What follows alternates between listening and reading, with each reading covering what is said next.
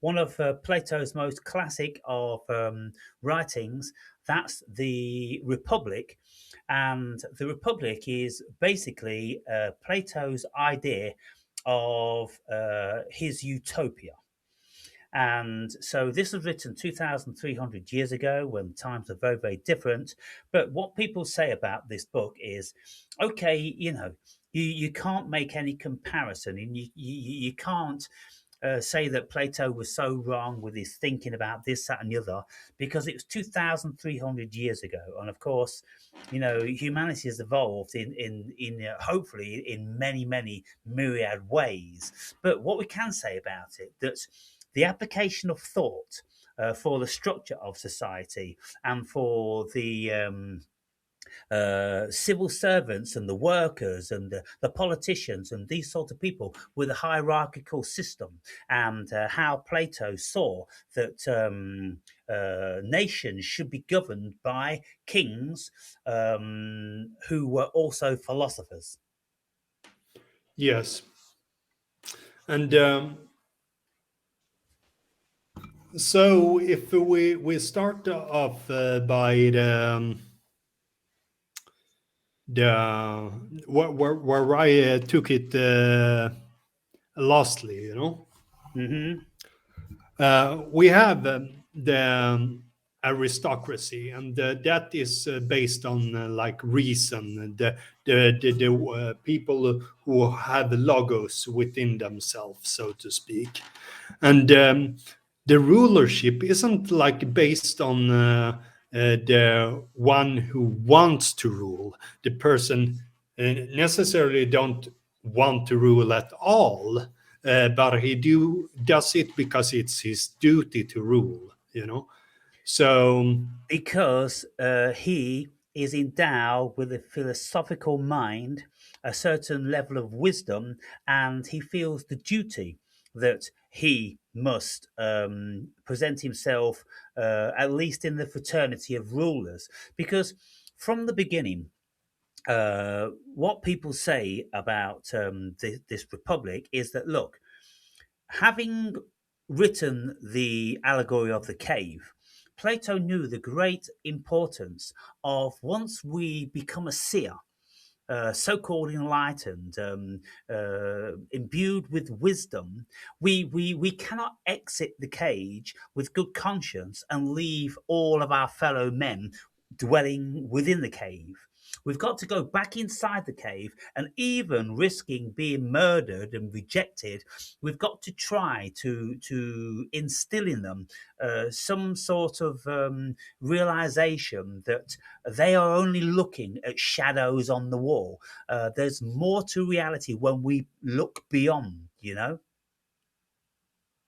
yes, um, that is a certain part of the book. Yeah. Um, hmm. So what I'm saying here is then, well, Plato, like you just suggested, he was saying that it's not likely that too many people would want the position of a ruler, because the utopia he was speaking about wasn't an oligarchical system where people got rich from doing that. No, because that was one of the worst things that you could possibly do, getting rich from all the people that you are supposedly helping, to become wise and educated and live in a structured way. So if you're not getting massive wealth and power from it, then what are you getting? You're getting satisfaction. And so you do it because it's your moral obligation to society, to humanity, en masse. Yeah. Yeah. And it's the And only it's the only the king, really, through his position of being endowed with that position, through the will of God, which in the old days, that's what all kings were supposed to be. They were supposed to be inaugurated through divinity. It was the lineage. They were chosen from people of the bygone years, weren't they? So, the predecessors and the ancestors and the forebears and all this, they'd all, wear the crown and carry that burden of being a leader. Yeah. And also, what I think is important here is what I have said previous is like because it shows really the like false dichotomy that can come up when we look upon it from a lens from modern's point of view. It is this degeneration from aristocracy into to democracy, and then that the democracy, which is the honor-based system, degenerates into oligarchy, and oligarchy degenerates into democracy, and democracy degenerates into tyranny. So the tyrant is born out of democracy because you have all the freedoms to do whatever you want, and Yeah. that is something that people can't handle. So the real dictator we have there down at the tyrant position, because he is the worst, but he's not only worst against other people, he's also worst against himself because he's totally chaotic in all ways. Yeah, ooh, this is really important. Do you know actually what's going on with the Trump administration at this moment in time? There's many things that's going on, but I'm not sure exactly what you are aiming at. I look every now and then into it, but I'm not sure what you're Yeah. aiming Okay. at. So you just mentioned dictatorship. You just mentioned chaos. You just mentioned, um, but basically being able to do what they want under the guise of democracy. Well, what's actually going on at this moment in time in America? First and foremost, Trump has been impeached because he has been caught selling very, very sensitive uh, military information to foreign nations for business favors. They've got records of him receiving 850 million for a certain transaction. They've got phone calls, they've got witnesses who were told by Trump with phone calls that if they provide themselves as a witness, or if they say that they bore witness to Trump with these sensitive documents, then they will never work again in this town and this that, and the other. So there's all that stuff going on. There's a big schism in the Republican Party, and Vance. JD Vance is even looking like he's stepping up over and above Trump, superseding, usurping, because all the billionaires around the world, they have got massive issues because what Trump's done, you see, Trump wanted Greenland, right? And because he wanted Greenland, what he did, he couldn't get it through regular diplomacy. He started to blackmail and bribe effectively. So what he did was he imposed import duties. 20%, 40%, all these different sorts of figures on the vast majority of the European nation importing goods into America to force them into a position where they would back down and they would sign this document whereby Trump could put his anti-nuclear missile base in Greenland, because that's what it's all about, right? Because it's in between Russia and China, and if either of those decide they're going to, shoot missiles at the West, then they've got the earliest opportunity to catch them and shoot them out of the sky before they land. So that's going on, and so you've got all the top trillionaires, which are losing a massive amount of money because of what Trump's doing. Of course, then Trump is doing this ICE business. There's been lots of effectively murders by ICE agents, shot people in cold blood. So the whole country's in uproar about that. But lots of people now, when they're assessing Trump, they're saying that Trump has gone completely chaotic in his mind. He's got tunnel vision. He's not looking at the sensitivity and the desires and the will of the nation. He's got these things in his mind, and he even said in a couple of his speeches, he says sometimes one needs to be a dictator. Sometimes leaders need to be dictators. Goodness me. If a politician, if a president of the United States is going to be overtly saying sometimes they need to be dictators, well, it's all downhill from there on, isn't it?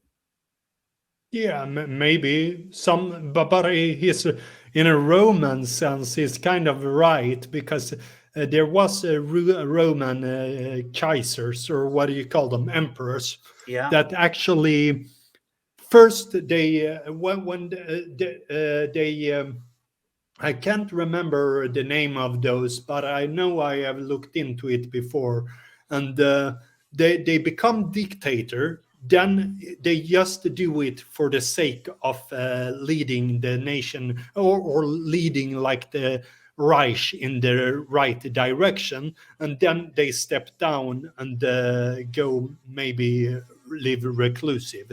But it is in a way that the dictatorship is functioning, so it's just for a little while until it goes back to its normal state again. Right. And yeah, Okay. So yeah, that's significant because you see what Trump wants to do. He absolutely feels that the West must, well, a superpower must take the United States, not a superpower, must take possession of Greenland to protect the whole West against potential rogue states like China and Russia. Now that makes perfect sense to me. And like you said, I'm all for him being a dictator because, there's a lot of thinking people behind him. And, we're well aware that the whole Jewish fraternity of trillionaires, billionaires, and all the rest of it, they're behind him. He's been in the pocket of the you know who's for 30, 40, 50 years, a long, long time. And there's evidence of this. So, he's working for the main powers of the world, and they can see what is the right thing to do. And of course, when Trump is looking at extricating all of the illegal immigrants, that's the right thing to do. But when you get one rogue ICE officer shoot someone in cold blood, then the whole, at least 50% of the country, start down with ICE, and, Trump should resign and this, that, and the other, because they're so stupid. They're so small minded yeah, that they can't tolerate the tiniest little, bit of a hiccup along the journey. What we have to I- realize is with this sort of thing, Andre, Trump is arresting, deporting millions of illegals, and it's going to be very, very beneficial for the country in the long run. But the general public, who are so stupid, can't even be dealing with one person being killed. yeah, Uh, yeah. The while this general is happening. public is rather split in the middle. Actually, 54% to 60% is for the deportation. Right. And also, like they talked shooting cold blood, but it's very harsh situation even for the ICE agents when the leftists are fucking around, and this dude who got shot, he was a really nasty person as well. You can see videos of him acting all nasty. He was even CNN had like photo changed him on photos so he looked better than he looked. He actually looks like a rat. Right. But that's neither here or nor there, whether a person looks like a rat or a decent person, because he might have been a decent person sometime. I don't know, but from what I have heard and seen, he seems to fuck around a little too much and got a bullet. Not that it's good to give anybody a bullet, but you need to like solve the problem. And if they are in a scenario where there's a lot of adrenaline and they have been like treated badly before, like okay, that just becomes their reaction, so to Well, speak, and there's going to be they casualties. yeah. Yeah, there's going to be casualties, and this one, because he wasn't armed, he only had a phone apparently, and he was shot 9 times. Now, 9 times is very, very excessive. Okay, if you want to disarm someone, if you want to stop someone struggling, you shoot them once, maybe twice. You emptying the cartridge into someone, that's fucking mental. So, then okay, then this particular officer must be arrested and charged with murder and go to court and this that, and the other to see what the fuck why he felt it necessary to pump 9 fucking shots into the dude. Hmm. That's great. Have because what I think has all the information popped up yet, Well, it's like all things, but what I'm saying is, Andre, because they muddy the waters a lot and so on, And yeah, the but what one should also know that I mean, Obama through his term, he throwed out a lot more than Donald Trump have done, yeah, and so on. So I mean, it's just the leftists that blowing it up out of proportion, and also the leftists want to have the kills. Also, that's why they are pushing so hard, well, yeah, because okay, then not they can. dwell on this, not to dwell on this, for too long, Andre, because it's Yeah, not important.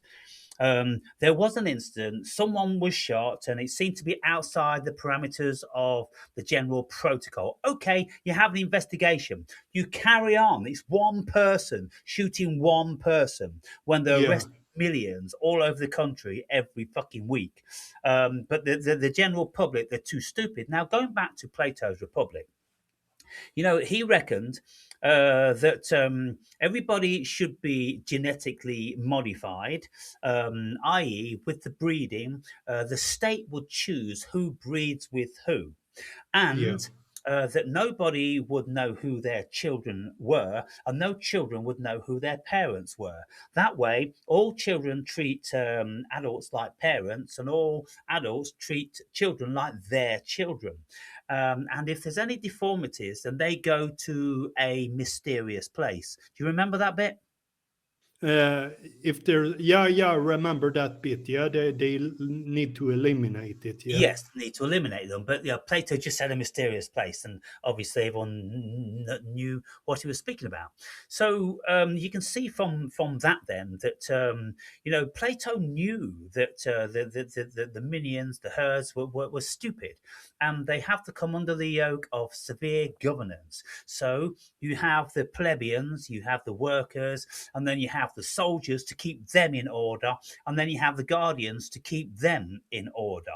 And so it's a very, very structured, very strict regime, kind of like fascist state, isn't it? yeah, but as I always do when, and I've done that for a long time, is that fascist. The word fascist is often used very sloppily, even by somebody like Jordan Peterson or something Mhm. like that. That's because I mean. A fascist is like a whole ideology in and of itself, and fascism isn't national socialism, and neither was Franco fully a fascist either, But Yeah. Italy had their ideology, fascism, Well, which Franco was was, derived out of syndicalism and so on. yeah. Well, let's say dictatorial, because that's what I'm meaning by fascist, whereby you've got your state and it imposes laws and governance onto the society, and society don't have any say. It's not a democracy because they're too stupid to actually, work anything out for themselves. Now, here's the thing, Andre. David Icke has been doing what he's been doing for 33 years.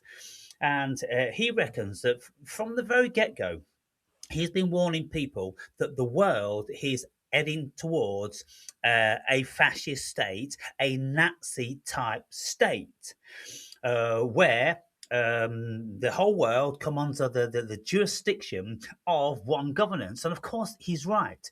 that's what they're doing. That's what they've been wanting to do. They want to have one army, one language, one religion, one governance, and one armed force, and this, that, and the other.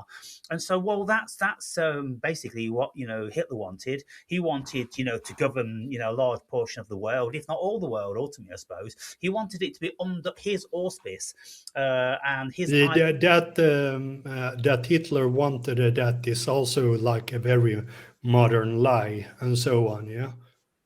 Historically, he was against the colonization of Africa also, Right.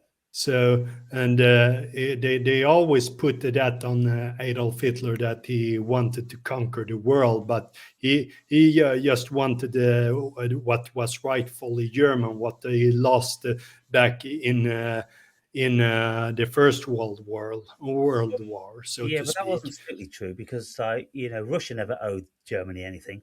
Yeah, but they were also forced into a war by the powers like the Allied powers. So whether Germany did this or that, they would inevitably get into a war. Well, the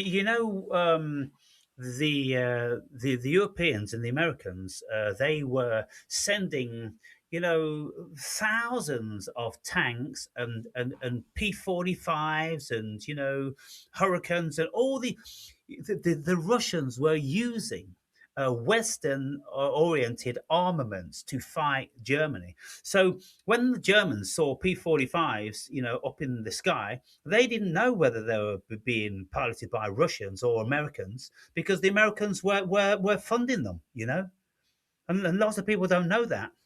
And so you've got all different sorts of British and American armaments in Russia because they were funding them because they'd rather the Russians do the dirty work for them.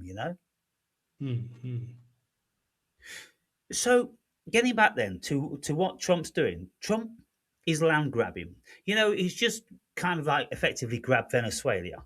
Now he's grabbing Greenland, and the oligarchical system of the world wants all the world to come under the auspice of one government, and so that will never stop. And when you look at the Hitler situation, well, where would he stop? I'm not saying Hitler's a bad man. I'm saying, look, these people knew what had to happen. But from what I can see about what Hitler was doing, it was just another encroachment, another encroachment, another encroachment. And as he got more and more powerful, then I can't see that ever stopping. And more, if a confrontation came up or an obstruction, well, they'd just send the tanks in, because that was the mentality. The Germans are the super. He tried to hold the peace for a pretty long time, but he couldn't. He sent his condolence to Churchill like 10 times, but he got no response from it. Well, he wanted And Britain to that be. is a document that in before 1945, I think, from even between 1939 and 44 or something like that. The Germans sent out like pamphlets in Swedish. They even wrote it from a German Yeah, outlet and okay. send it over different Yeah. parts of Sweden. Okay. So Germany wanted Britain as an ally, just like America wants Britain as an ally. And America is land grabbing. If America isn't land grabbing, with boots on the ground and tanks taking over land, they're taking over in a different way these days. They're taking over surreptitiously. They're taking over with puppet governments. They're taking over with the imposition of trade agreements and all this different sort of things. So, look, the situation, as far as I can see, of America and of the West is fascist. It's fascist with a undertow or um, the pretense of capitalism and democracy. Most certainly, there is no democracy. It is capitalist, but also it's run by an oligarchical system, isn't it? You know, we can't deny that the whole world is run by oligarchs these days. You know, in Yeah, America, you've got yeah, Soros, you've got Peter oligarchs. Yeah, Thiel, you've got fucking Musk, and you've got Gates, and all these people that are pulling on the strings of the whole nation. They want the nation to be like they want it. So it's an oligarchical system, and so that doesn't seem much different, really. It's just under a guise of anything other than fascism. They want yeah, the world to be but like they it want it. is like it is kind of different because fascism is like what Jovan Thiele wrote about, yeah, and that it was the creator of the fascistic system was Giovanni Gentile. Yeah. So But okay, look, that Andre. is like the base one needs to go back to. And I mean, I have often said that, well, if it just means totalitarian or Yeah. something like that, but fascism doesn't mean totalitarian because fascism means like fasci coming together. Yeah. That's why you don't have a fascistic system if it's not cooperativistic, so to speak, No. and the Okay. fascism is cooperativistic.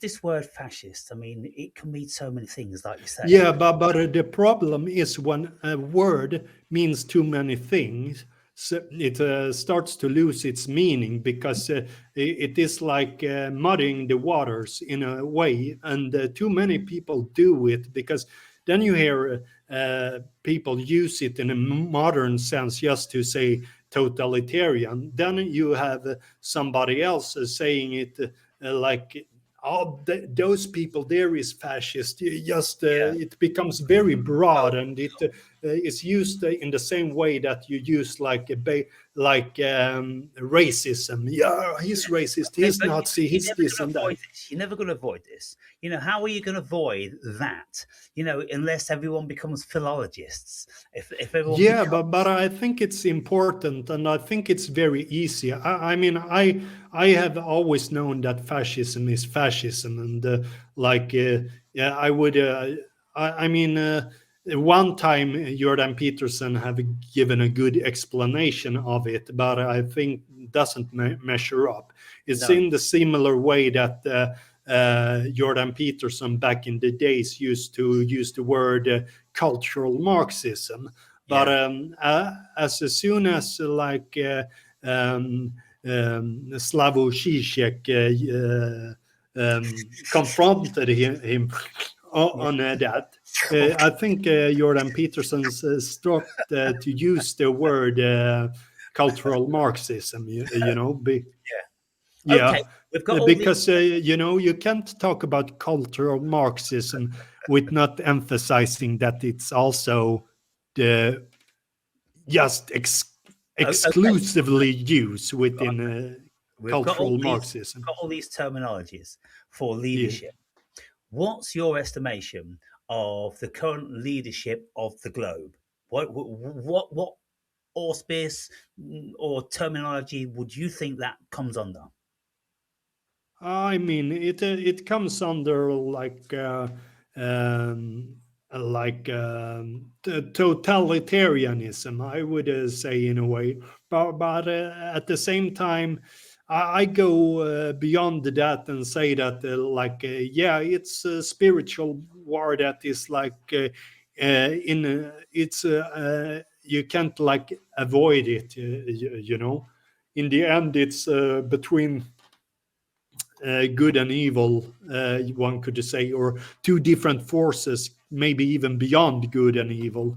You know Yeah. that it's metaphysical, and everybody that is a meat sack, like a human being, is just like a force beyond the what we can see that is moving it all. You know, Yeah. and the leaders that we see is not like the leaders that rule. You know, and No. so on. So, you know, We So often democracy in and of itself is also just fooling you to believe that you have a saying Yeah, in it, all while that's you just don't have pulling the wool anything to over say. everyone's eyes. So Yeah.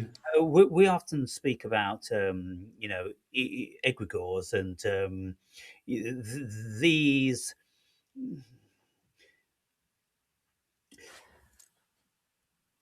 It's very difficult to define, but like you just inferred a minute ago, it's a spiritual war. So the egregores are what you say. It's good and evil. It's the good and the evil which is projected onto the world by human beings. Some want the world to be this way because they want it all for themselves and they want their particular culture and this and the other, and others want it that way. Now,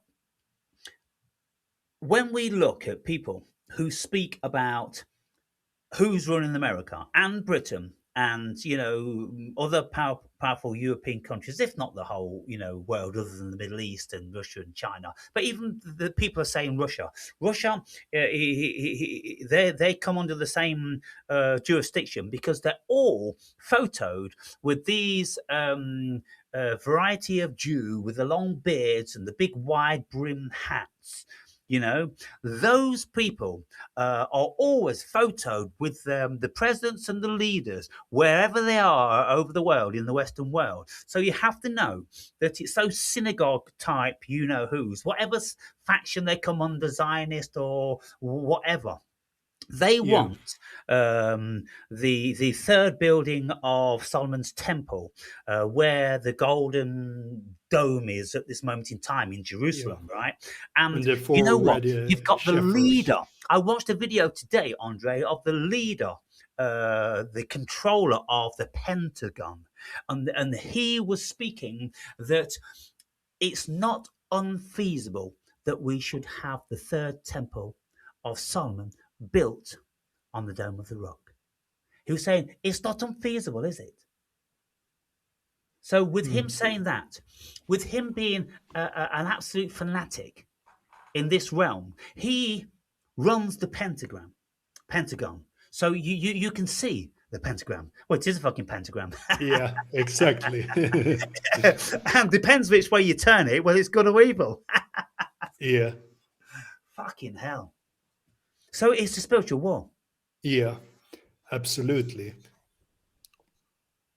Now, when we're looking at the powers that be, and we look at the struggle of people's minds looking at how states should be run. So we go back again then to Plato 2,300 years ago, and he gave his best shot at describing how states should be run. And it was pretty dictatorial. Uh, People were born into a caste class. But he said if people born into a lower caste class showed auspicious signs, they could be risen up. And if people born into the aristocracy, they show themselves to be dumb, they will be demoted. So that was basically, that was kind of democratic, wasn't it? I would say Yeah, meritocratic. yeah. Meritocracy. Yeah. So if it would be a total dictatorship, it wouldn't be like even meritocracy. Would be built upon the self-serving nature of the one or the few that wanted the power, so to speak. And Yeah. it wouldn't be built upon like reason and inner harmony. So what we see is in the Republic, or what I see anyway. You tell me what you see, but uh, I see the complexity of what it is to be human, and we can toy around with all these terms of fascism, communism, socialism, and democracy, and dictatorships, and all this. But it always seems to me that you can never have one state governed by one of these particular things because the human being is so complex, it doesn't allow for it. So what we've got now is in more modern times, we do have some semblance of democracy. We do have some semblance of fascism. We do have some semblance of socialism. We do have some semblance of communism. We have a semblance of all these things, don't we? What do you think? Ye- Yeah, I think like that. I heard like somebody said something about something similar. Can't remember exactly what it was, but I take the same example, so to speak. Hmm. A human being is 60% the genetics of a banana. I mean, it doesn't make me a banana because of I'm 60% a banana in the genetics. And the same goes for ideology. It can't be like 60% fascism, because fascism is an entirety of ideology, which is very thought out that this is how it works, so Yeah. to speak. And the same goes for communism and socialism, um, so on. So yeah, there's parameters to these things Yeah, when parameters. when they're written down very concisely. But no nation operates so concisely. Yeah, I think it did. I mean, National Socialism did, fascism did, and also like Soviet communism, Cambodia, and so on. Only that, the one who did the revolution, or the one who was leading the masses, they became the new priesthood, so to speak, Yeah. one could say. But that's how it becomes, so to Mm. speak, What I would naturally. say though is that to all of these isms, they have a habit of generating out of something else into something which looks closer and closer and closer like the ideal something, and then fades into something else. So when we look around the world and we look at, socialism and communism and fascism and all this, well, what do we see when we look over a period of like 5 years, 10 years, 50 years, let's say? We see a curve of something escalating up until it looks, like the classic example of a textbook ism, and then it fades away again into something else. So I don't know whether there's any particular time, and if there is, it's only a very, very, very fleeting time when anything is absolutely. I mean, when could you say that Germany was absolute fascist? What, for 5 years? It was never absolute fascist. It was more in the manner of National Socialism, like I said. Right. So therefore, So it wasn't entirely fascist. It wasn't entirely, yeah, socialist. but I mean, fascism was an Italian ideology in the first place, which came out of syndicalism, and also it was inspired by Lenin as well. So would it So be fair to say then that these things were never any of those things? Um, they only become those things in the eye of the public when certain people say they are. For instance, people have been leveling at Trump that he's a Nazi. Well, is he a Nazi? In some people's eyes, he is. In some people's eyes, Trump actually is a Nazi. yeah, but they are delusional. Well, I mean, but But because if he's a Nazi, then he's a National Socialist, and then he subscribed to National Socialistic ideals, and that's how it is. and he's not And subscribing he's to as far it. as it gets from National Socialism, and he's as far as it gets from fascism. He's Yeah, more like an oligarch, and yeah. there are certainly democratic values within the system as well, but he's not. Um, Well, okay, here's another thing then, Andre. He is an oligarch of a sort because he's a very, very rich and powerful person. yeah, And it's like when Musk entered into the realm of the White House, another oligarch, and then you got Peter Thiel, and you've got lots of oligarchs pulling the strings within the facade of democracy, and yet you've got the people over and above all of those pulling all of the strings. And so, well, you call that maybe an oligarchical system, but then it goes into this religious fanatical sort of system, because these people who are pulling these strings, they've got these religious connotations and these ideas of miracles and how the world should be, completely fanatic and delusional. What do you think about that?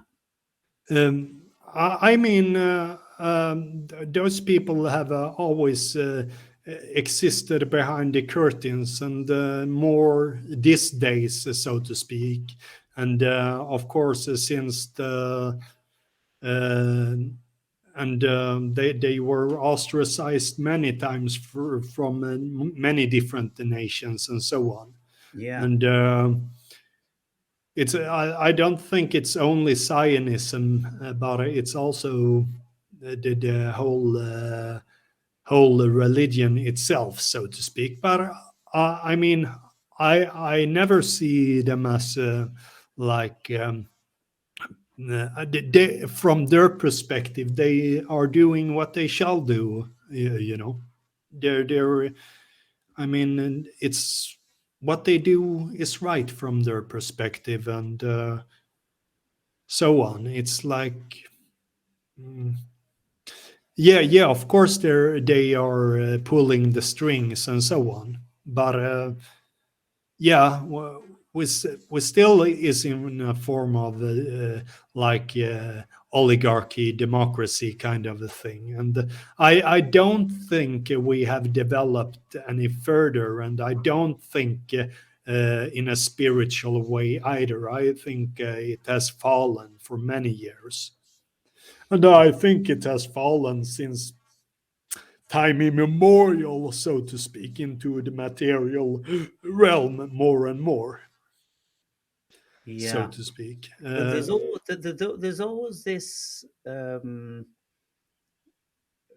hidden energy, which uh, is always said to be guiding, manipulating.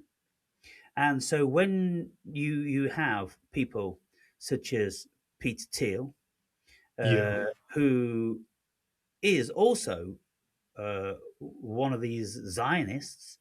He also is an advocate for the Temple of Solomon, on the rock, golden dome of the rock, and all that. And so the people that often get into these positions of powers, we know through history that the you know who's have always done that. They've always infiltrated. But what they're doing these days, of course, with America, they are manipulating, coercing, working with, threatening. Who knows? Non, Jews, and so they.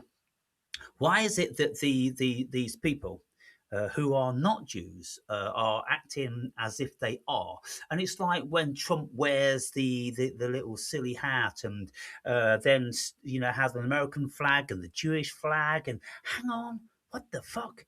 It's like, yeah, Israel is this tiny little fucking speck on the globe, and America is this superpower, and yet they share, the same level of autonomy and respect and everything like that.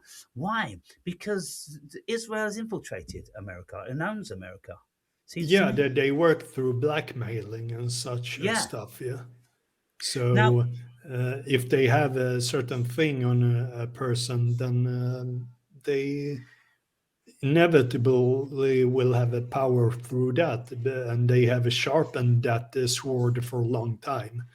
yeah. So yeah, So when we look at Epstein, Epstein was a Jew, yeah, and he was working for Israel, without a shadow of a doubt. There's so much documentation that was the case.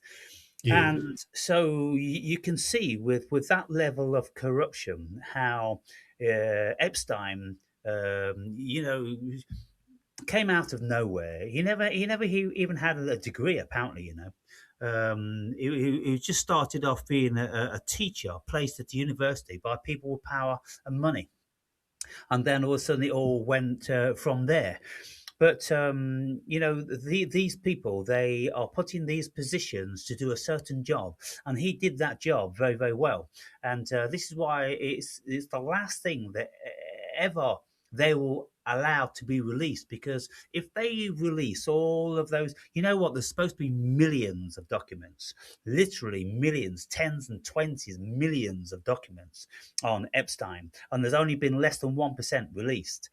And so, if all that stuff got released, well, the whole world would know exactly the oligarchical Judaic system that we are being, you know, governed by. Yeah. So, what similes can you draw from Plato's Republic, which are in place now? Mm, I mean, Plato the Republic is a complex system. It's more like I could say where on the scale we are at the moment. I would say something between an oligarchy and democracy, so to speak, and eventually falling into tyranny. So it's not like I could say it's the ideal state in any way, because it more or less resembles the three last stages of the degeneration than it resembles that which is the ideal state, so to speak. Yeah. Okay. So you say the last three stages of degeneration, but if their ideology is finally put into place, then that isn't degeneration as far as they can see. Yeah, as far as they can see, but they are also ruled by their own desires and whims, so to speak. So let me So it let would me. be the most degenerated state that it can be, so to speak. Mm, I made a video the other day, and I said, look, I asked the viewers, what world do they live in? Because we're all over the world, and some people could be living in Ukraine, some people Gaza Strip, and some people in Greenland, and all different sorts of worlds that we're living in, which are very, very different from everybody else's. But what I do is when I look across the world, taking into consideration what I have learned about the world, which of course in real terms is nothing, but 62 years old, having studied quite a lot of things, I look at it and I formed a picture. And the picture I formed is that throughout the years, you've got certain rogue states popping up, and then you've got America and Europe, which like are doing this whack-a-mole. They're whacking them all back down. Um, and so we can see them from this level of hierarchy and governance. There's certain nations ganging up on lesser nations. Now, the West doesn't gang up on Russia per se. It does its best, but because it's such a big resource, then it's got issues. And not only that, that China's also an ally.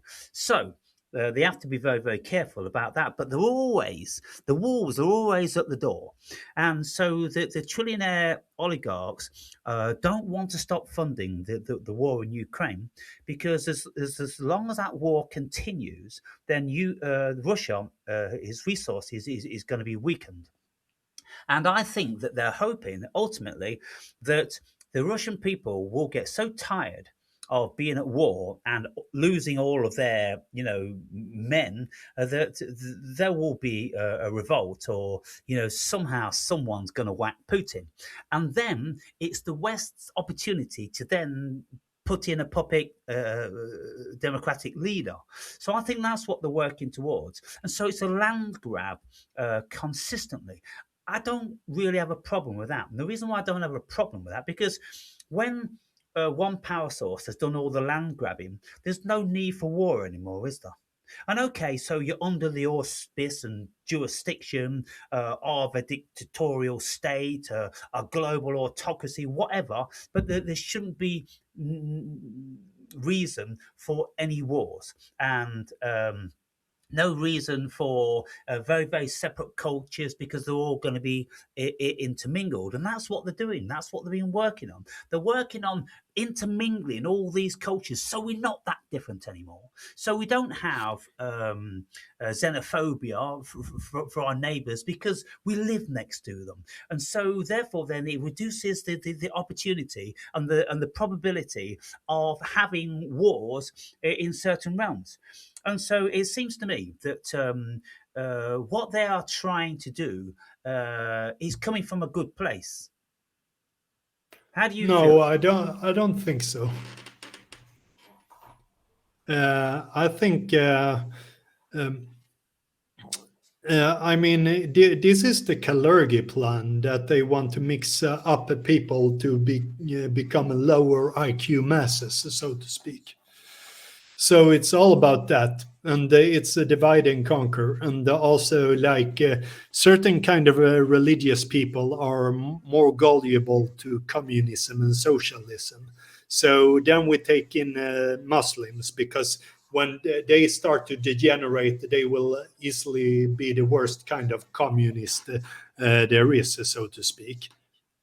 So you need like the low IQ religions because they, if you look upon like Muslims, they can very easily fit into communism without a problem Okay, because so it's a stupid herd of people. It's like a bunch of inbreeds. yeah, well, but you see, look, I don't hold the human being in any level of regard. You'll be aware of that. And Yeah. so I don't think that just because we mix everybody up, then everybody becomes dumb. I don't see where people get that from.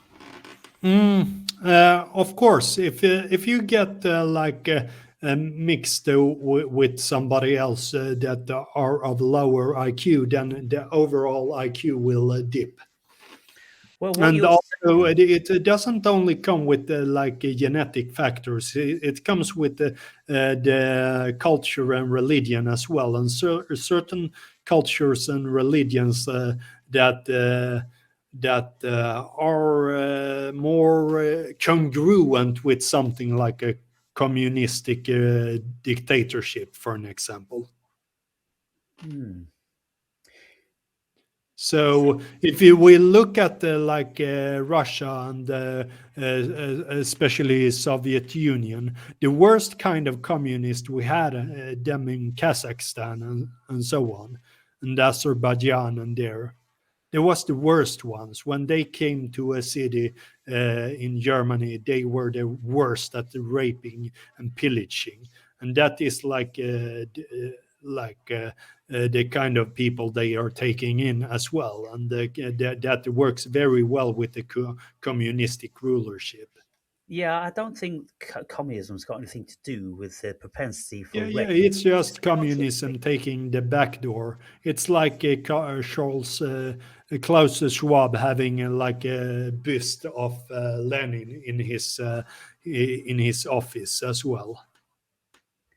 Well, don't you think that if we're looking at nations, backward nations, such as lots of countries in the Middle East, who don't respect women, they think they're second class citizens, well, that in itself is the issue. Whether they're communist or fascist or what other ism they are, I think it's the mentality of placing women below men. I think that's where the issue is, and I don't think that's a communistic trait, is it?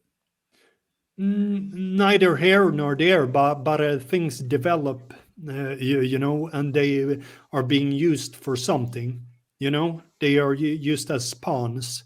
So whether they do that or this isn't really what matters. It's more what they can be used for, so to speak. But of course, I don't. I think the way Islam have their relation with women is more or less off in different ways. But of course, women shouldn't have a saying in any rulership at all, because they are not made for that, and they are of a certain mind which is the internal of a nation. They are the like caregiving, the nurturing, and so on. And the men stand for the logos and the rulership. So in that way, I think absolutely the first one to lose their vote is women, I think. And I don't say that as a derogatory thing, because I don't dislike or hate women in any way or form, you know. What I used to dislike more was men, because I do dislike weak men, so to speak. But I don't hate them, because they come from somewhere, you know. They have been indoctrinated by a modern mindset, and I think that is the problem. Everything has its place, and women has her place, and man has her place, and the children have their place. And it's the same in all religions, really. In Bhagavad Gita, it's very thorough that men and women are the man. Like man is the head of the household, and women are like children. It stands in Bhagavad Gita as well. Women are like children, so they need to be taken care of like children. We shouldn't assume that when a woman sounds deep in her thinking, that she's actually deep in her thinking, because women have a lot of emotions. They are going with the status quo, you know. They always going with the status quo, and they have always done, you know. When the Muslim take over, they go with the status quo, and they will be okay with that in Having said that, their own peculiar way, you know. The women are like the mask, and the men are like more solid by a principle, so to speak. but Women, yeah.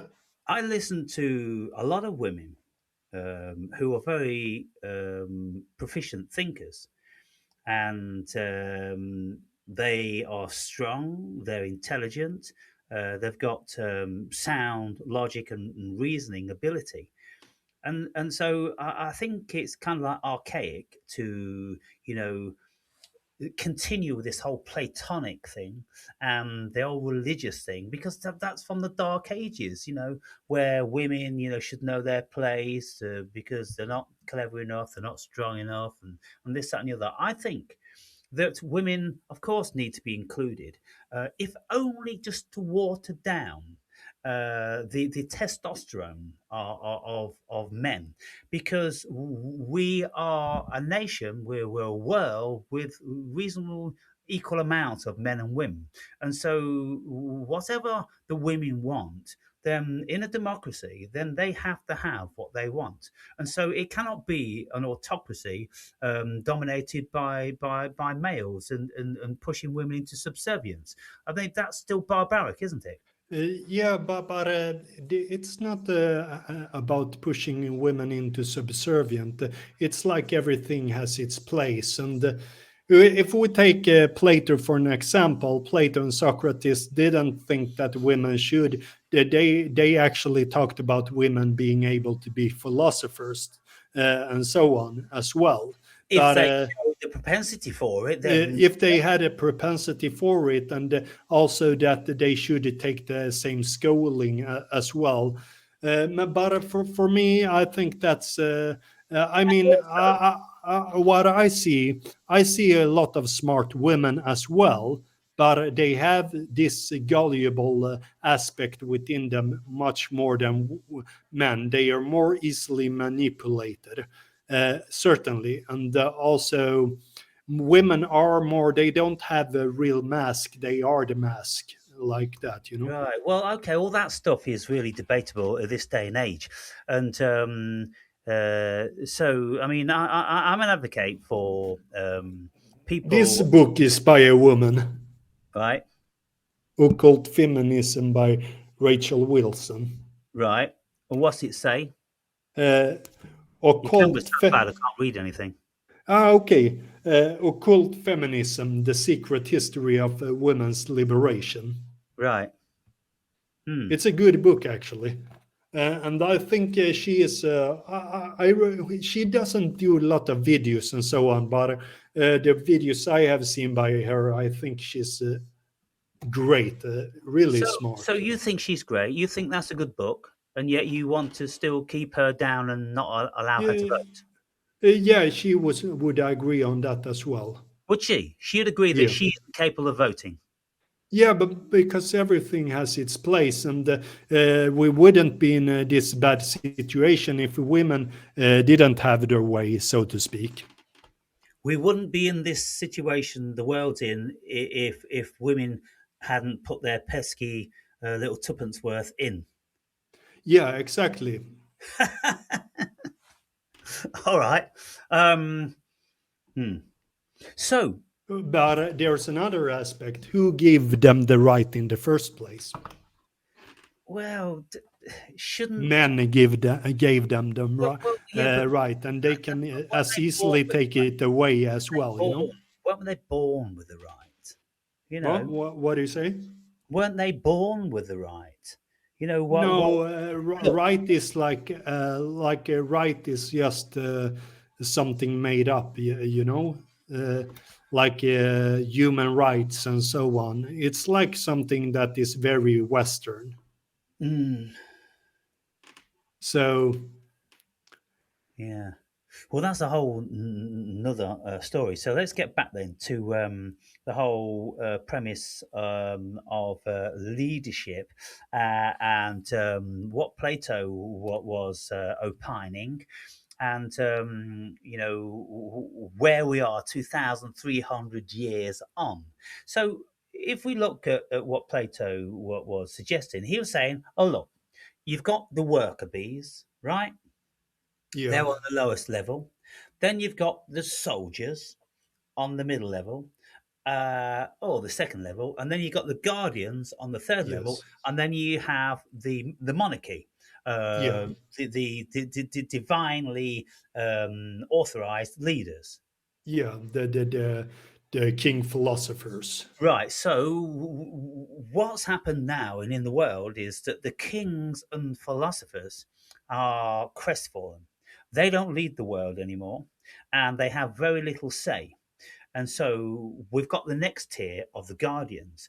Now, due to certain people being in positions of power and wealth, they have took it upon themselves to become guardians. They weren't elected by the people; they were self-elected, and so we've got an oligarchy, effectively, haven't we, on the world?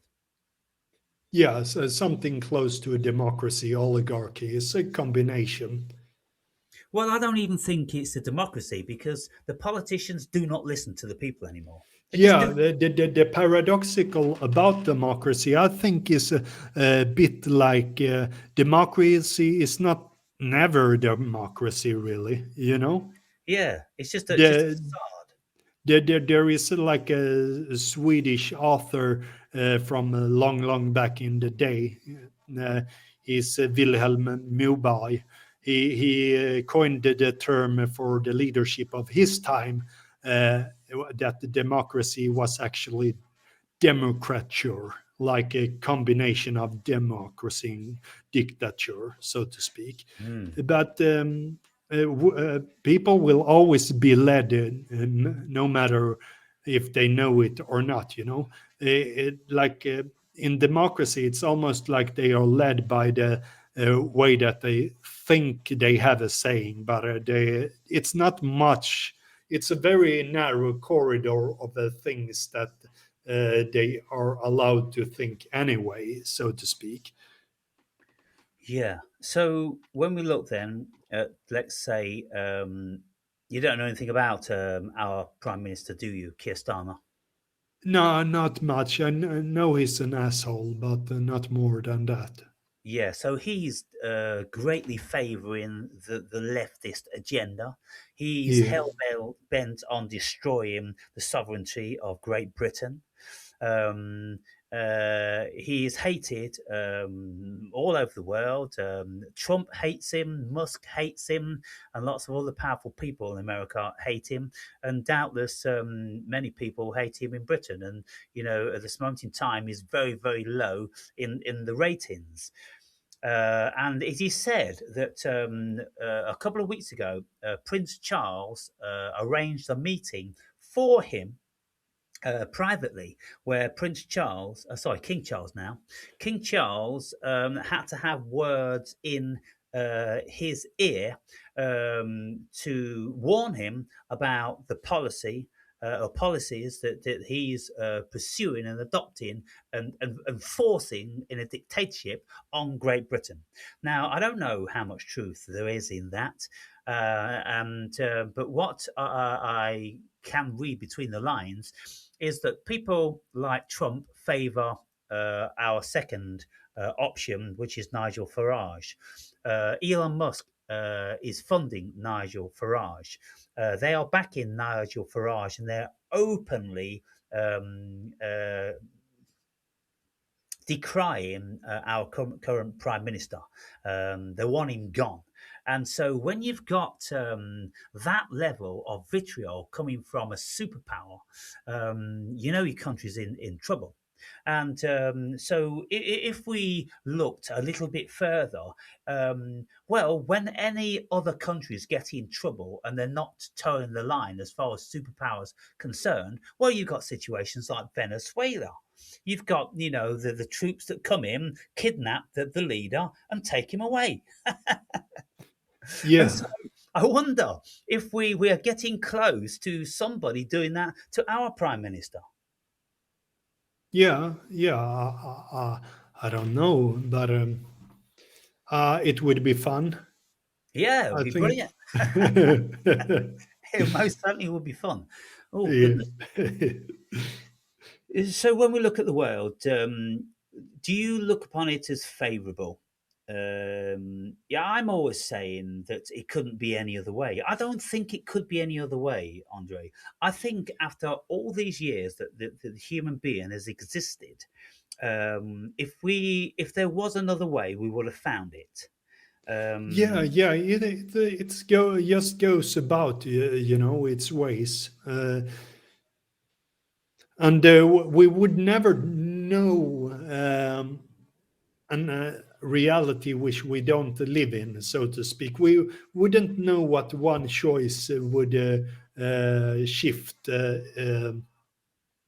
before or afterwards. The time has passed that certain choice, so to speak. well, So it just is what it is because you can't change the past. You can just live here and now, so to speak.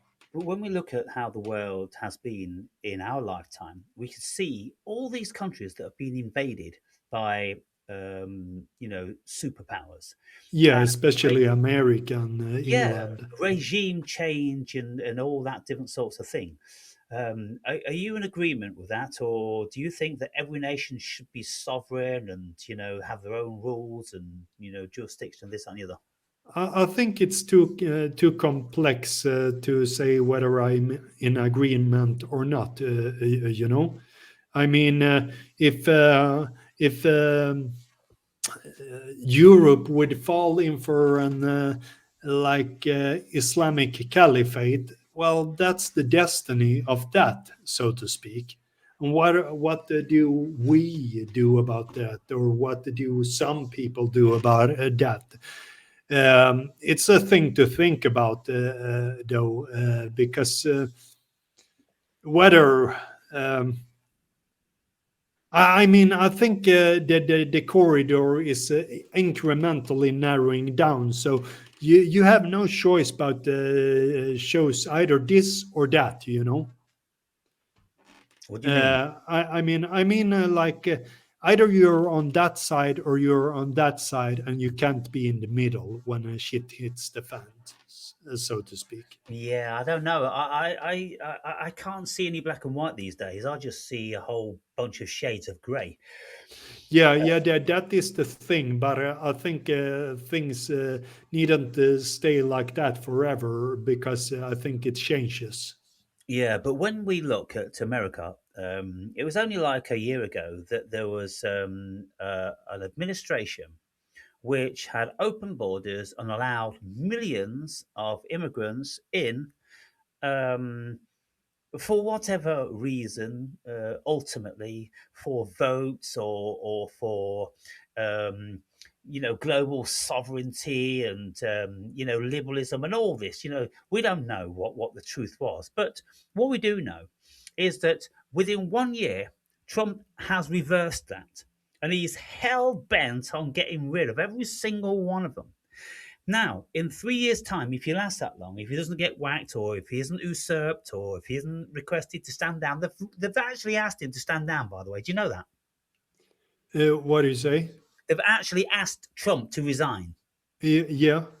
Yeah, No, no, I haven't heard of that. Yeah. yeah. And so even a large portion of the Republicans are voting that Trump should resign. And so, he's saying he's not, and people are talking about civil war and a coup, and all different sorts of things like that. But okay, if it runs his term and he, extracts all of the illegal immigrants, and he acquires Greenland, and he does a few more things for the globalists. Well, all it's going to take is one liberalist president to run for 4 years to completely bulldoze all of that, just like what Trump's done. Trump has bulldozed everything that Biden ever stood for. Yeah. It's so And with violent. yeah, I mean, yeah, Can you that's imagine how it is. For the four amount of years is to. resources, trillions and trillions and trillions of the people's money just being spunked by one guy's idea here, then another guy's idea there. So you've got these oligarchs playing fucking chess with the world. Yeah, yeah, yeah. It's inevitable clashes that happens. Yeah, Yeah. I feel it's what it is. But I. Mm,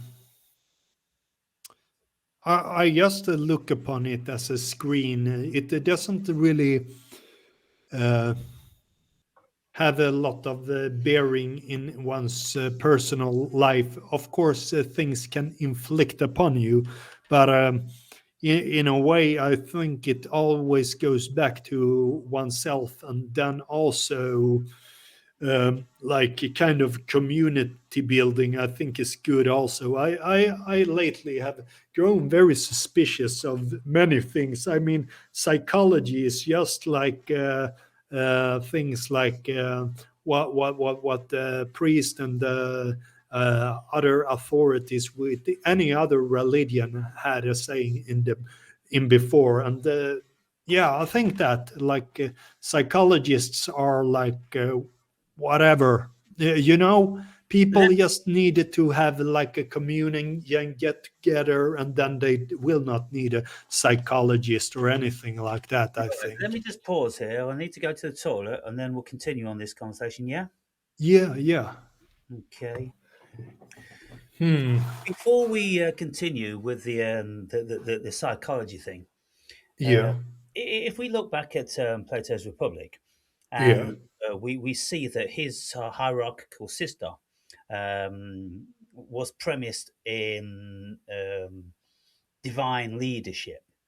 yeah, Well, if we look at modern times now, no kings and queens have anything like that power anymore. They don't actually really have any power when it comes to government. Government is a separate thing. Religion is a separate thing, whereby back in the day they used to come under the same auspice. The religion came under the auspice, or you see, whenever you used to see a crown, if you look in the crowns of the bygone days, you've got the spiky crown, which is effectively the crown of thorns, which Jesus wore. Then you've got the globe sitting on top of that, and then you've got a cross sitting on top of that. So you've got the religion over the world, over yeah, run by the auspice and jurisdiction of Christ. Now we don't have that. We have atheists predominantly running the world, and AI and all that sort of thing. But there is still this faction of religion out there. You know, you've got the Catholic Church, for instance, very, very powerful still. You've got, Islam, still very, very powerful. But then you've got, AI with the technocrats. You've got another variety of God. And Yeah. this variety of God is followed by and believed by more people these days. And so Yeah, then in a way. Yeah. you've got self-appointed kings and queens in the guise of Musk and Teal and all the rest of those. So Yeah. we're now we've kind of like toppled our kings and queens. We've toppled the authority of religion, because all the videos and the talks I'm listening to, I'm not seeing any input from the Catholic Church. Which is dictating how the world should go. No, nobody's interested what the Catholic Church has to say. Nobody's interested in what Islam has to say. What they're focusing on is what AI is capable of, and money. And so that they're the new gods, aren't they? Yeah, I mean, it's like an inverted god, so to speak. It's like a man created god. Yeah, well, man created that God in the sky to use that God in the sky um, uh, as a guise to manipulate the masses. But now that's too old school. It lacks sophistication. So now man has made another God, and it's AI. Yeah, it's the AI, and like that's how it goes. AI is a death in and of itself because it creates like a brain rot. One could say the capacity of the human mind is shrinking Yeah, through AI, like it has done with all the technology. The mind of the human being is shrinking through it, and eventually it will become. Uh, cyborg itself, you know. yeah. So uh, I think about it as a replica of a god, so to speak, but it's not really God. It's like sinking into the denser realms, one could say. Uh, like, yeah, it's a death cult in a way. Yeah, so death cult. So you spoke about psychology, and as far as I can see, psychologists are modern day witches, um, or witch doctors. Let's say they are prescribing a certain mental potion. Yeah. But with all the investigation that I've actually done into psychology, into psychiatry, and I've actually been hands on with psychiatrists and with psychologists. And if I look at what I have actually benefited from that, is zero. Yeah, yeah, All I've done, I've I can told see that. them Yeah. um, basically how I feel, and they've acknowledged how I feel, and that's it. And But then, who could not do that? A really good friend could do that, well, And look, even better. if you keep coming to me and you tell me that, you feel like this and you feel like that and this that, and the other, then sooner or later I'm going to go, oh, Andre feels like this and Andre feels like that. And so, all am I doing? I'm absorbing what you tell me. I can't look inside your head. Psychology isn't that clever. Okay, so back in the day, maybe you had Freud and Jung, and if you spent 2 years on the couch with them, then they maybe tell you a little bit about yourself. Modern day witch doctors, they can't tell you shit. All they do is listen to what you tell them, and then they give you the option of a pill. Yes.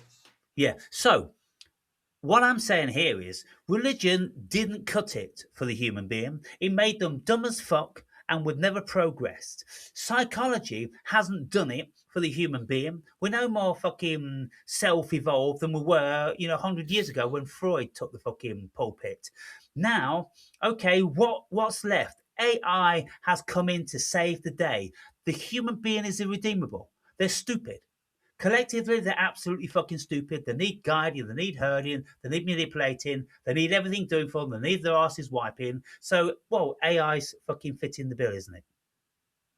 Yeah, yeah, maybe. I mean, I'm not 100% sure about it. That I think that is the like it's inevitable, but it's also the worst. You know. Well, how can it be any worse than coming under the jurisdiction of religion? I mean, I think religion is good, but the only problem.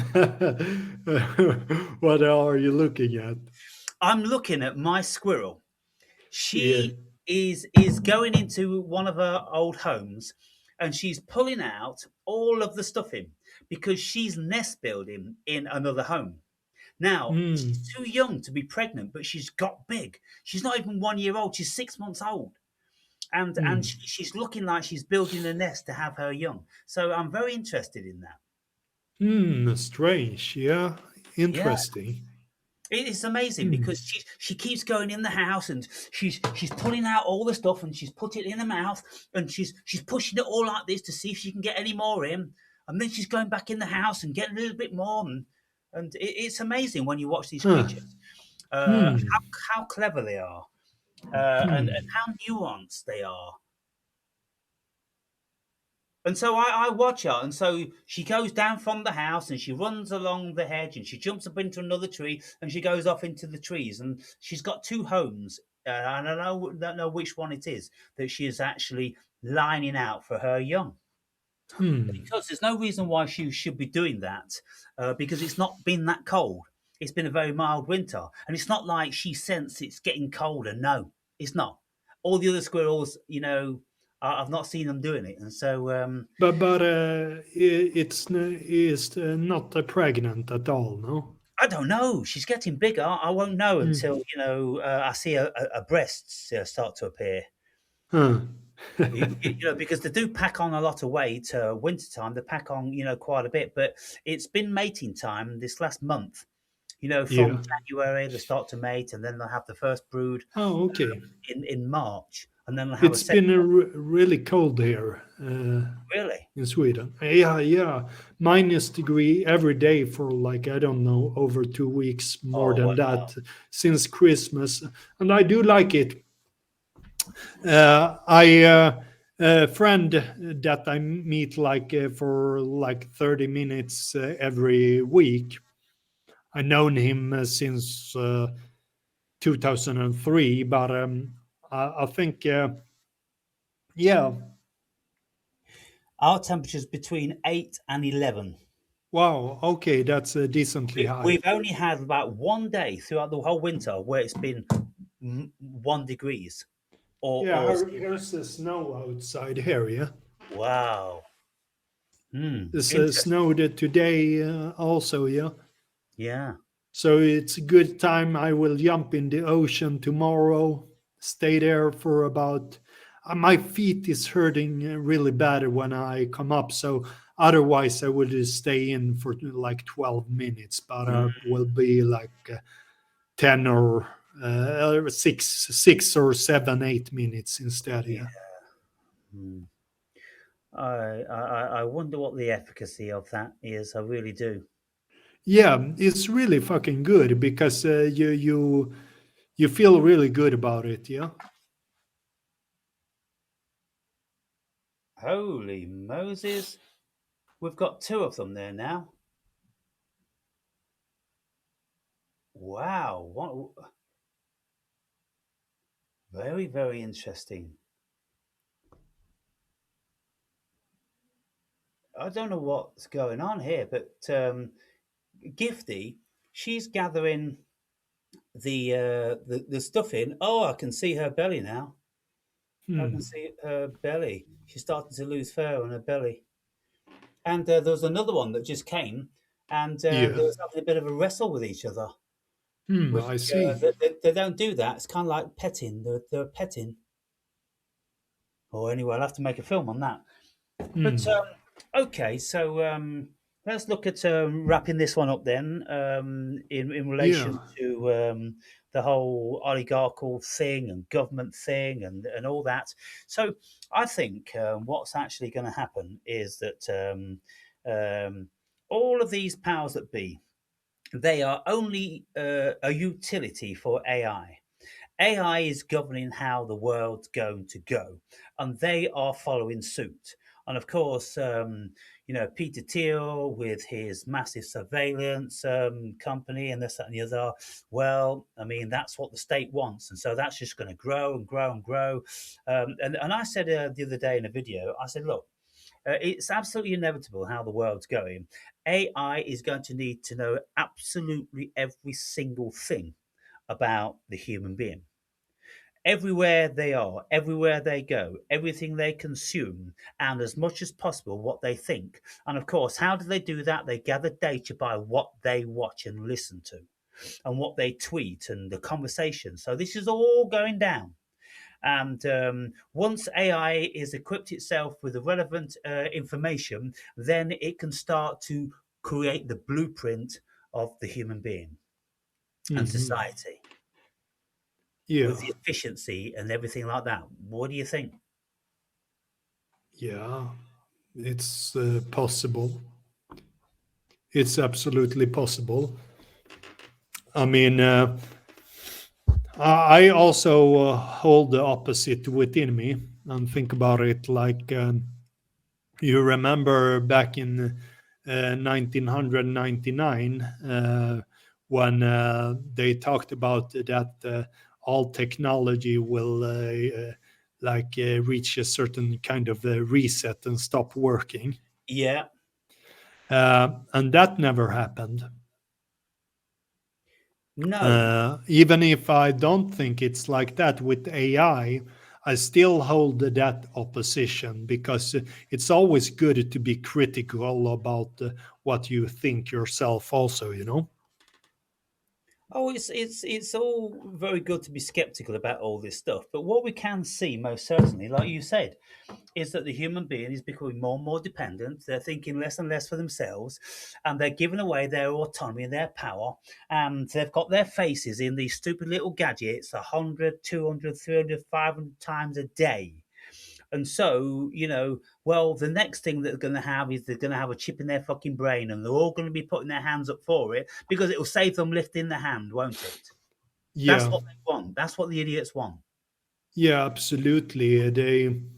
It's tragic because they don't very few are reading books and all that kind of stuff as well, you know, and that is like a thing to hold on to, I think. And if you come to the gym, there's a lot of youngsters just sitting by their mobile phone. I mean, you're not in a gym to look at your fucking mobile phone. You're there to train. Uh, Well, but that's what they're all doing. They're all doing yeah. that. They're doing a pathetic little bit of whatever they're doing, and then they sit there for 5, 10 minutes watching their fucking phone. They're not serious about it. Look, at the end of the day, uh, as I'm always saying, I don't have any time for the vast majority of the human being. They're as dumb as they fucking come. And people like David Icke, who have spent 33 years trying to instill just a little bit of intelligence into the masses, he goes out for the tiniest little venues and he sells a few fucking books. Nobody's interested. The human being isn't interested. And so, therefore, the human being is going one way, and it's mass surveillance, mass control, and ultimately mass culling. And, aliens looking at this planet will go, if they come here in 100 years' time, 200, 500 years, oh, there was a species once upon a time, human being. It was very low intelligence. It only actually lasted like less than a million years. Can you imagine? Hmm. We're looking like we're not even going to last fucking 500,000. What have we been about? We've been about for 200,000 years, apparently. We're not going to make it to Hmm. five. Hmm. That's going to be the least time served species on this planet. Yeah, but yeah, there are so many questions really about the human species, how it came about, and all that kind of stuff. Anyway, so to speak, I I'm pretty decently okay with people as much as I'm not okay with them, you know? So it's like I'm pretty detached in a way, but I do meet a lot of smart people, I would say. Like I met three intelligent people today, but they come up to me and talk to me, and I met them before and so on. Thinking people, I mean, it's not like they are at mass, but I tend to attract certain kind of people, you know. So we talk about all kinds of stuff. Yeah, I know often when a person is above average IQ and so on. You know, and there's an Indian girl. She used to come up to me and talk as well. I try to like not talk to her that much because I know she has a man, so I try to push her aside, you know, a bit. But she's interesting to talk to, and we can talk about all kinds of spiritual things and psychology and so on. Most of it, often I don't give it too much attention. Mm. I also talked to two other guys today, but I think there are like all kinds of people in between with a certain amount of intellect, so to speak. Um, um, People who read books, who don't sit by their phone and so on. Because I can't know exactly how a person is unless I have a deep relationship with them, you know. Uh, but I can when I get a certain amount of time with them, absolutely, then I can see that yeah, it's not only a bunch of retards. Of course, there are a lot of them, but they often keep themselves away automatically, so to speak. Yeah, sorry, I'm a bit distracted. Um, Mm. my little gifty, she's found herself a friend or a lover, I see. and they're playing with each other, and they look about the same size. And wow, it's unbelievable the interaction, all the petting and playing. Mm. Very, very strange. I've never seen the squirrel do that before. Even when they're mating, so I've got no idea what's going on here. But I it's very see. exciting, and this other one looks even just a little bit smaller than Gifty, and so neither of them are over 6 months old, and so I don't know what's going on, but I'm going to have to make some videos about that. I see. Yeah. So, look, I say to people, what sort of world you living in? If I didn't watch YouTube, I wouldn't know there's an infiltration of swarthy people from all over the world. I wouldn't know that King Charles is reprimanding our prime minister. I wouldn't know that Trump is, trying to be sacked from his position. I wouldn't know any of that stuff.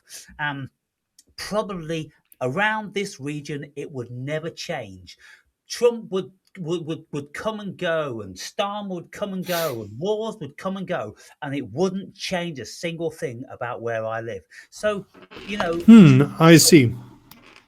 Because I think I would know, because I just need to see that there are people that don't belong here, you know? oh, you can see that around your region.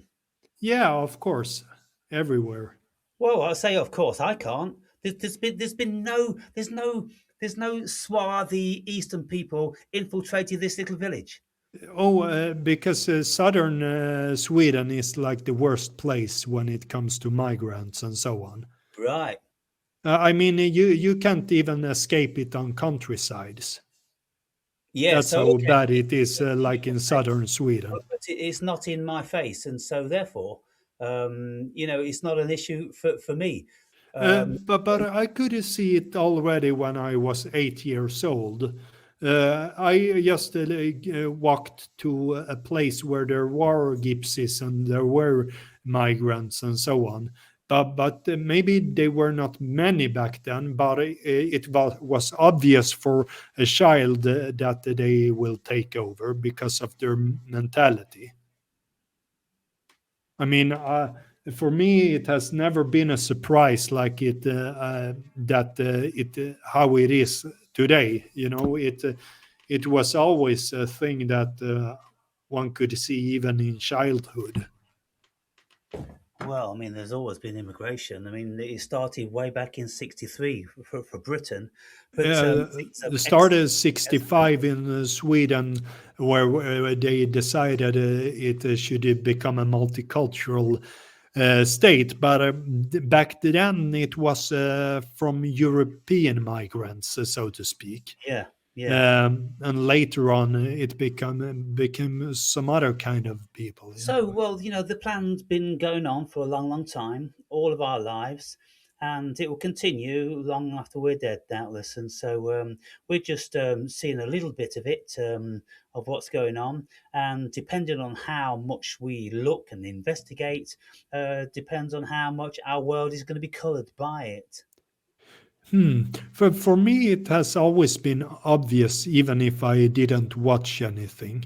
Oh, look, hang on. We can't say that. You can't say that, nations being toppled here and there is obvious if you don't know about it, Andre. Yeah, but if you go to school, you can see it. Well, no, you can't see Afghanistan being obliterated. You can't see the And Ayatollah. okay, yeah, you mean outside the nation and Yeah, so on. Yeah, well, but the growth of all the machinations, all the power games. yeah. That's another Where story, these people are coming from, who's putting these people here. Yeah, Sure, we yeah. go down our city and go, oh, there's a brown person over there. Oh, there's a black person over there. But there's more to it than that, isn't there? Yeah, It, yeah, yeah. Of course, of course. yeah. And so, I mean, just what you could observe the changes so of here's the thing. society. Yeah. Yeah, from what you said there, it's kind of like, oh, yeah, I know what's going on. And then I can say, oh, well, you'd know more if you listen to more. And then people can say to me, who, like David Icke, super researching, they'll go, you think you know something.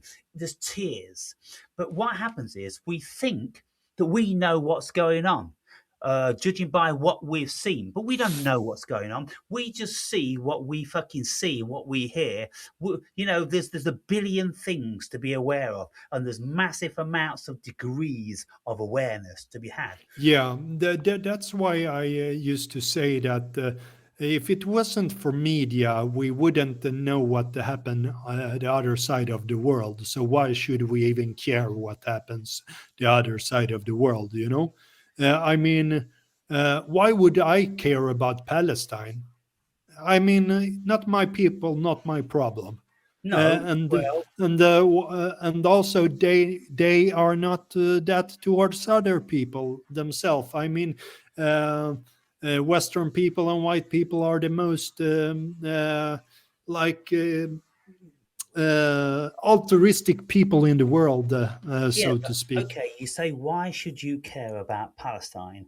Well, if you knew what your government was doing, if you knew Yeah, I know how that, much of but your I money, am not the your government, so nation's to money speak. was being funded into these places, Yeah, they should be shot because of that. coming into your But country, yeah, how many of them are going to be living next door to you? Then you might want to care a little bit more. how do you mean? You say, like, the Iranians mean nothing to me. I don't need to know anything about them. No, Well, but if it stands between having like decent streets in Sweden or their people there, I can see that it's wrong.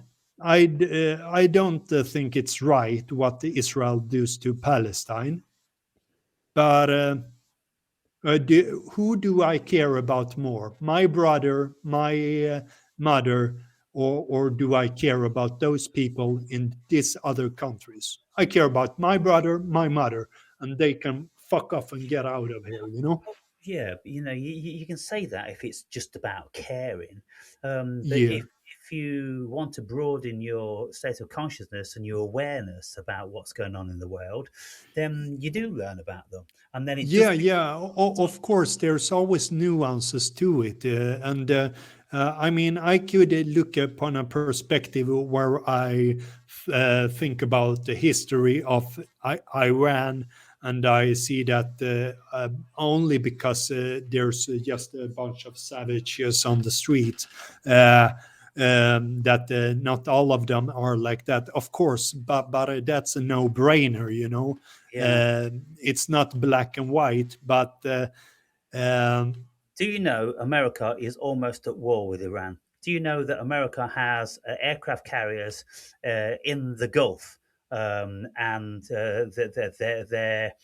Iran is stepping up with all its military stuff and everything like that. Are you aware of that? very little I have looked into that. Yeah. Yeah, I Well, you see, know Nicholas have talked about it, and I always think it's wrong. All the wars that America has been involved in has yeah, been wrong, but there can be some right for them to like get influences. It's yeah. all a matter of the perspective of it, so to Well, speak. for me, what it does is by keeping informed with all these sort of things, it broadens my perspective and it enables me to be more nuanced in any level of opinion or judgment that I might have. Now, Yeah.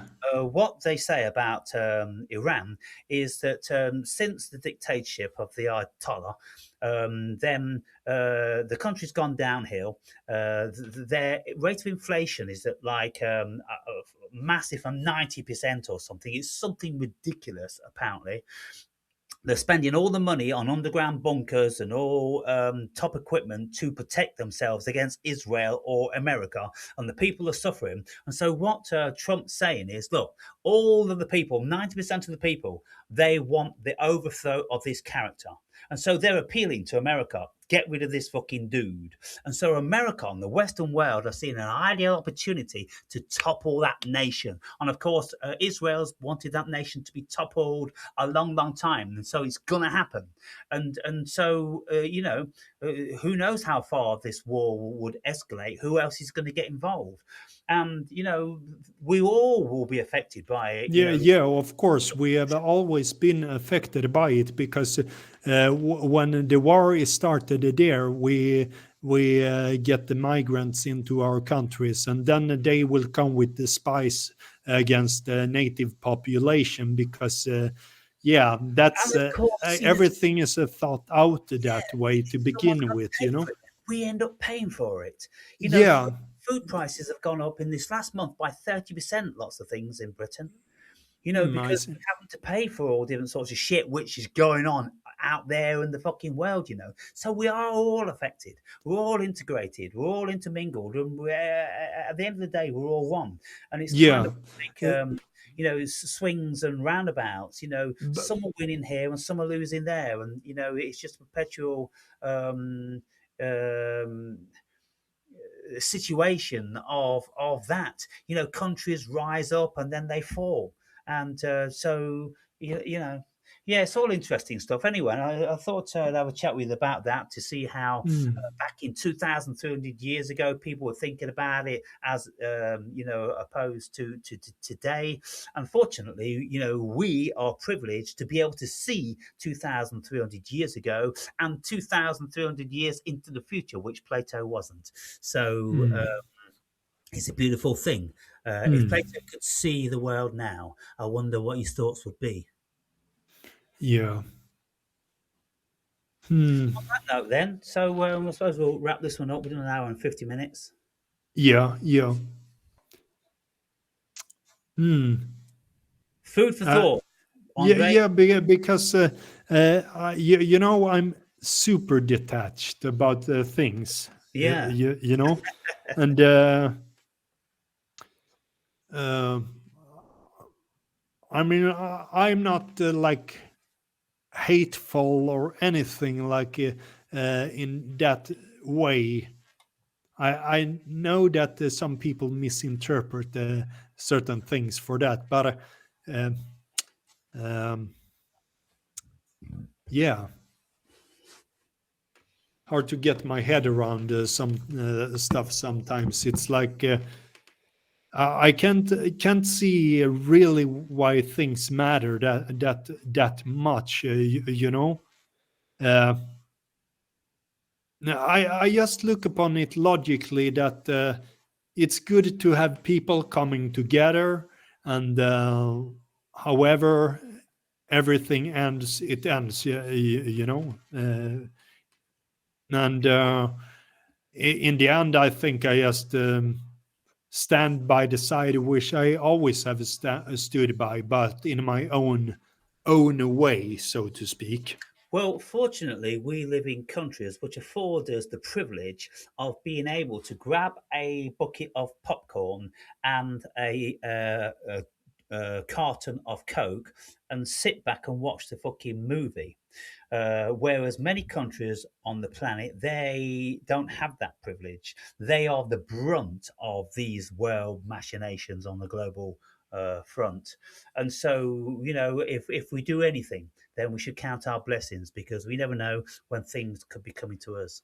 Yeah, it's very important to have a gratitude towards stuff. Absolutely, um, absolutely. That's something. Yeah, yeah, yeah.